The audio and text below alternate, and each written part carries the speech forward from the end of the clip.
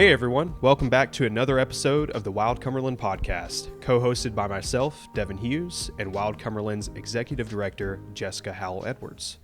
In this episode, we cover continuing issues affecting Cumberland Island, including the feral horses, the dredging going on near Raccoon Keys, and public safety in Camden County. We've also finally received a response from Regional Director Mark Faust about the selection of a new superintendent for the seashore and its wilderness. There's a lot to cover. Might want to grab a notepad or a pencil.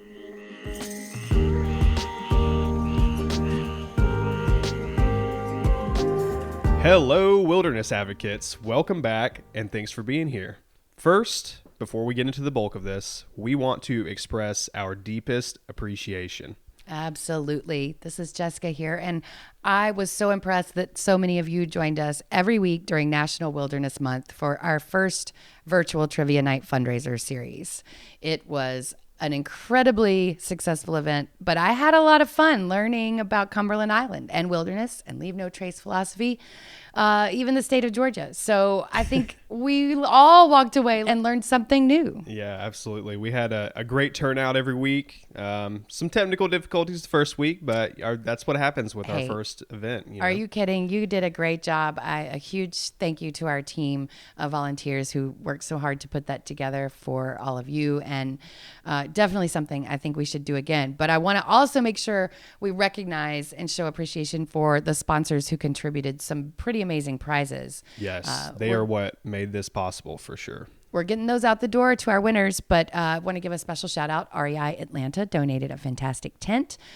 Beauty Berry Gardens, a native plant. Wendy Barnes Design offered a number of products. We're huge fans of her work. Beautiful. Author Wendy Eastman has produced some new novels based on and around Cumberland Island. She contributed several copies of autograph books. Autographed. Yeah. And then artist Nancy Hossetter, who is an amazing potter, especially made some Wild Cumberland mugs like she does for us every year. So I'm a sucker for pottery and homemade mugs for sure.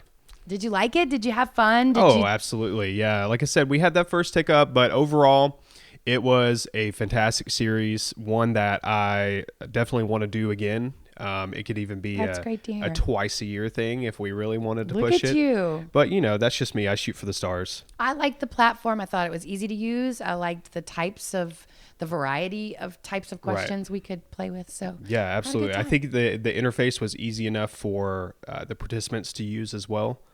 So I think everyone had a lot of fun with it. My kids just asked us to do it earlier next time so that they could play. Yeah, so they're not in school. Bedtime. Right. Yeah, bedtime. Okay, I got you. So I guess that somebody enjoyed it.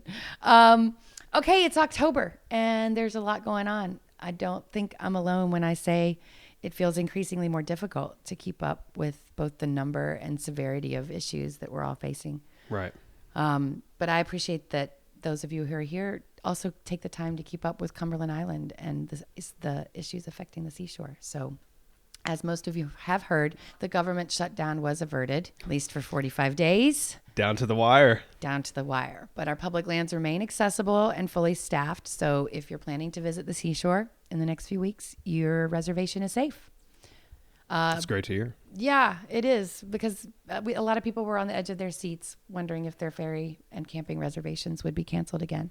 Can you real quick go over just topical what happens with Cumberland Island and reservations and just the whole operation of that when a government shutdown is in place? So there's actually 2 points in history where that has happened, and they were handled differently both times. So once previously, in 2013, I think it was, the seashore shut down and facilities were closed. It was unstaffed and it was unavailable to the public. And in 2018-19, the more recent shutdown, the facilities were closed, but access was allowed to sort of stay in place. You could still get on the island. Yeah. I mean, but your ferry was not. I mean, people could. Right. And did. Private charters. Yes. Okay. But technically, the ferry is a concessionaire and has an agreement with the Park Service. And so that agreement historically was sort of vacated during that time. The ferry could not transport passengers. There were suggestions on the table on the edge of this shutdown to potentially keep some of that infrastructure in place, even if the parks were not fully staffed. But thankfully, it didn't get to that point. Right. at least for now. For the next 45 days. We will see what happens later in November. There is a story in our email newsletter, though, this week about reservations and recreation.gov that our readers and followers may find interesting. And it talks a little bit about the controversy and scrutiny over that system. So make sure to catch that in our most recent newsletter. Awesome. And at the time of this newsletter, Wild Cumberland had not received a response or update from Regional Director Mark Faust related to the selection of a new superintendent for Cumberland Island. But we do have an update, right, Jess? Yeah, we received a very polite form letter, a single paragraph that explained they were prioritizing the hiring of a new superintendent for the seashore, but they did not provide a timeline on whether that has already been posted available internally or when it will be available externally for public applications. So we included also in the newsletter this go around, I think somewhere, a link where you can check and see for yourself when or if they have posted that position. One response is better than no response, right? It is a response. It took 4 months, but it is a response. Nice. Getting somewhere with it. Somewhere. But, there's a lot going on with the Park Service. Yeah. And we are cognizant of the fact that they are having a very difficult time finding qualified staff. There was a recent report, actually, we linked to it. It's called the Federal Employee Viewpoint Survey. Every year they do this. And this year, the national parks ranked 396th out of 432 government agencies when it came to the level of respect employees have for senior leaders. Yikes. That's pretty low. So they called to attention rising attrition while the overall workforce has sort of remained stagnant, unaddressed harassment, and a culture of retaliation. Peer.org, right? They issued some comments on this that were kind of right on target. Yep. They summed all of this up. You can hear what they have to say there. But I think that they are highlighting the challenges we may face in finding a qualified superintendent for the seashore. So we'll see. We'll keep you updated. Absolutely. And as you can imagine, there have been no updates or details that have been provided related to the seashore dock repairs for recreational boaters. Or the visitor use management plan. Or funding allocations for projects such as its feral hog control program. Invasive species. An erosion study. Or those sea camp ranger renovations, the ranger station renovations. So still limbo. Hopefully, we will begin to receive information about new leadership very soon. Don't forget, it is still hurricane season. It does not end until November 30th. Yeah, a lot can still happen. Oh, yeah. That the park may need to address. For sure. There's not even a named storm affecting the area right now, but if you have checked the live video feed in St. Mary's, which you can always do, you may have noted it has been inundated with water recently. And actually, I have to correct you, and it's not your fault. You could historically always see that live video feed, but actually since we sent this newsletter, they had issues with their cables because of flooding. Because of the flooding. Wow. So the video feed has not been reliable. I think they've gotten it repaired, but just to say that there have been some hiccups, which we may or may not attribute to more frequent flooding issues. Interesting. That kind of feeds into what we're talking about a little bit. Yeah, you could say that. That's for sure. Cumberland Island, there's no shortage of controversy. Always. The feral horses remain an ongoing litigation issue right now. Yes. But we mentioned in our newsletter that there was a really good Associated Press story about Theodore Roosevelt National Park. And Dev, I don't know if you're aware, but the park itself initiated the removal of these horses under its livestock management plan. So they're going to be doing a public meeting and an environmental assessment. We plan to listen in on that this month. But we are gathering, the Wild Cumberland group, to talk about its feral horse population midway through the month. So if October 18th hasn't happened by the time you hear this podcast, we hope you'll join us. Yeah, that's Wednesday, October the 18th. We are starting at 7 p.m. for just discussing the litigation updates and generally having an open discussion about the feral horses on the island. Yeah, I think it'll be good to hear sort of the sequence of events and where we are and what we're waiting on next, and a place for people to ask questions and just sort of discuss what matters to them about it. Also, you won't want to miss an editorial on the Cumberland Island horse population by National Parks Traveler entitled Baffling Management at Cumberland Island National Seashore. Their editorial, Devin, this is exactly how it read. I'm going to quote it for you.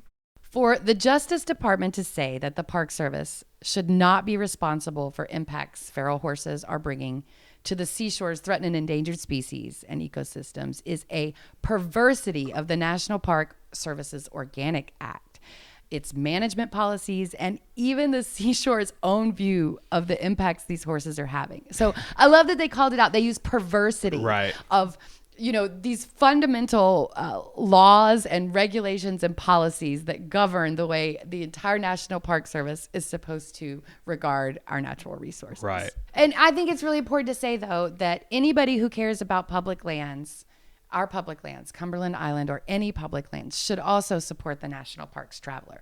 That's who did that editorial. They are the only publication that's dedicated really exclusively to covering public lands, and they do a damn good job. So they need our support now more than ever. And I encourage anybody listening to this podcast to also check out their website at nationalparkstraveler.org. All right. Raccoon Keys remains closed. Yeah. Dredging. Yeah, absolutely. Dredging has been occurring adjacent to the seashore at Kings Bay. Jessica, what is dredging? So in order for large cargo ships and certain commercial activity to take place at our ports, we have to deepen the channels. They use large equipment and machinery to go in and remove part of the sediment of the floor of these marine areas so that the boats have enough depth to safely pass through. And without dragging. Right. There are multiple ways that they do that. But and we link in the newsletter to where you can see what's going on at Kings Bay, which is, of course, the naval base right there adjacent to Cumberland. But they officially closed this area of Raccoon Keys to receive some of that material. So they take some of that material, that dredge material that they're pulling up from the bottom of the ocean or the river, and they put it in one spot on Cumberland, and then they spread it out to maintain roads. So that's why they dredge and where the dredge on Cumberland Island goes and how it's used. Interesting. So they use that material for the main road. Yeah, so they replenish it because especially lots of vehicular wear these days. Yeah. And it helps to ensure that the roads are more passable for the Park Service and private residents.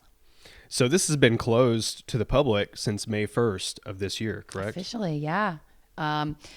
Some people may remember we posted a picture of a piece of equipment actually sinking there in the marsh when that first started. So it's been a while, but same project. And in September, we asked about it and sort of said, hey, what's going on? When is this area going to be finished? And I think they said it was in early September. They said it was nearly complete and that it was going to be spread with park-owned equipment pretty soon. So the superintendent actually told us the material was tested for physical and environmental parameters, but we haven't, of course, seen that for ourselves.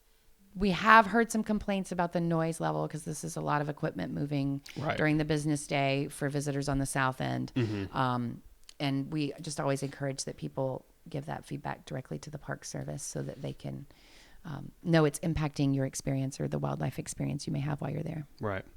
So you said they used the sediment for the main road. Speaking of the main road, throughout the month of August, Cumberland Island National Seashore Fire Management has conducted its mowing and mastication. They've done that along the roads from Plum Orchard to the north end of the island, including Northcutt. Yeah, that's something we probably should discuss another time, is how that machinery and that maintenance affects the wilderness character of the island. So it's kind of a sensitive topic for us wilderness advocates. But yes, mowing and mastication. That was great terminology. The Sea Camp bathhouse renovations. Yes, we are still on that. Renovations on the Sea Camp bathhouse were completed at the end of July, as we stated last newsletter as well. Everyone is happy to have permanent facilities return. Absolutely no doubt about that. The temporary bathroom with only 2 stalls was pretty awful. But there has been some heated discussion among longtime users about the use of concrete in the park. Have you seen it? You can share your opinion with us through a link in our newsletter. You can email us through our website too. Yep.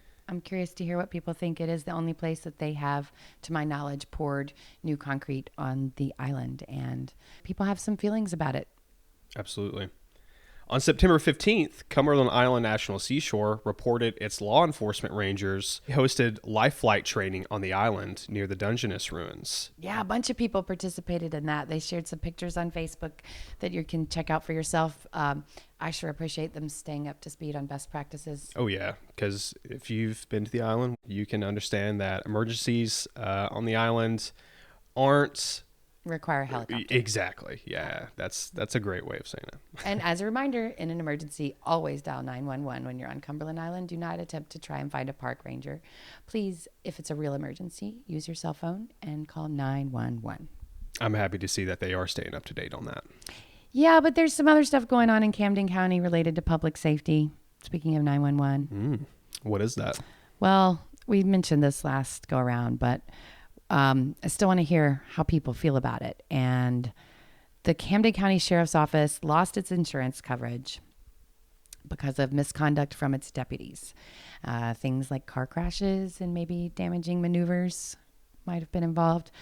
They've had the policy reinstated. Good. Yep.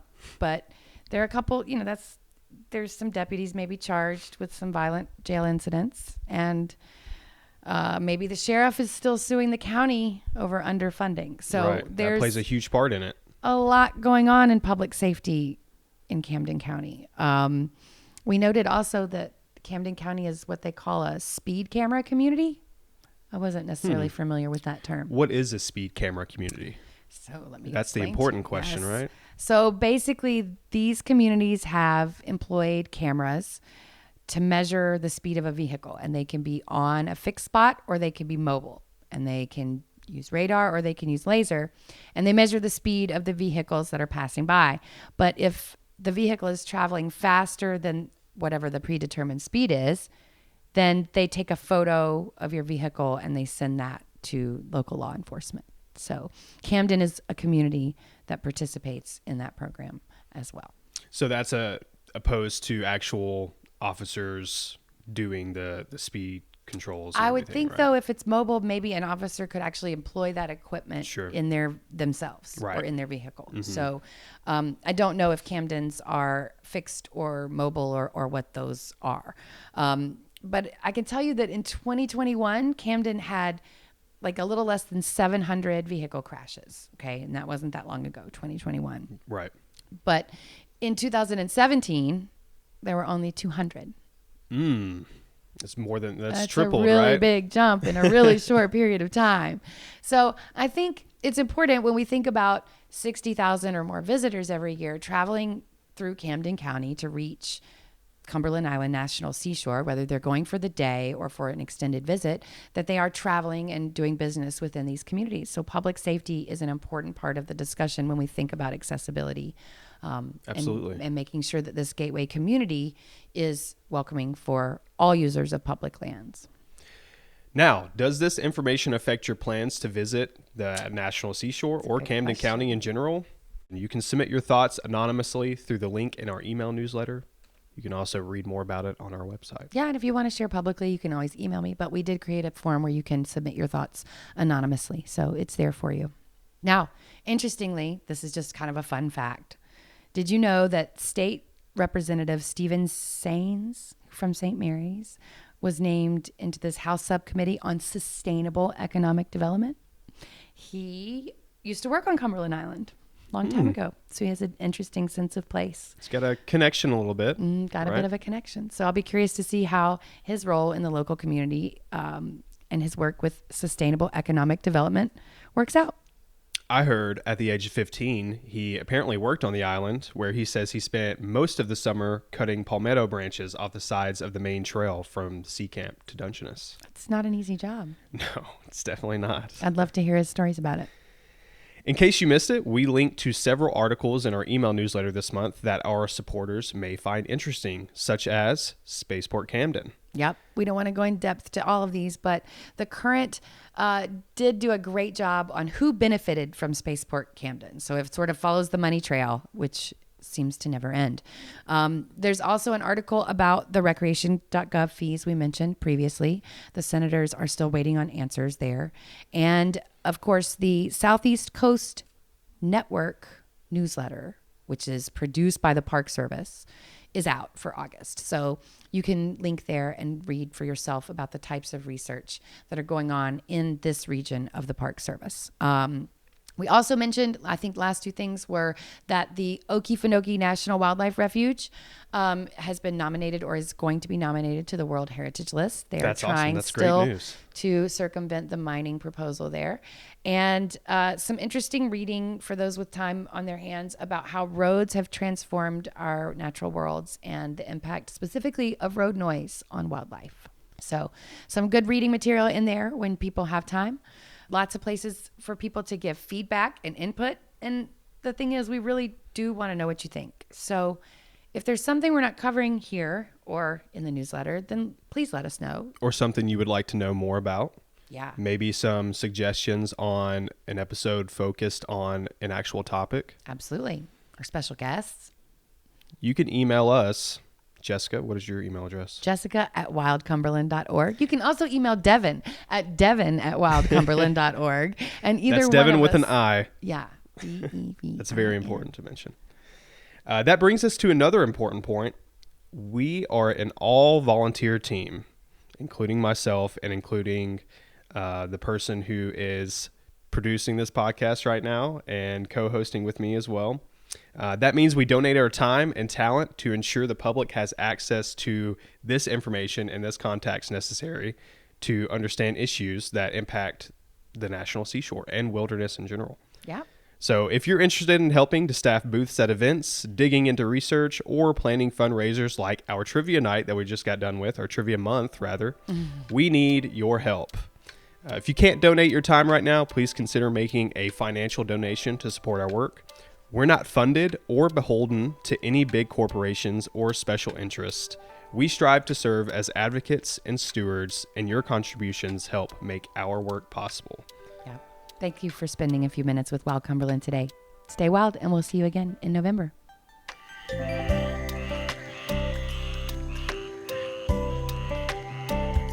The Wild Cumberland Podcast is hosted by Jessica Howell-Edwards and Devin Hughes and produced by Vertical River.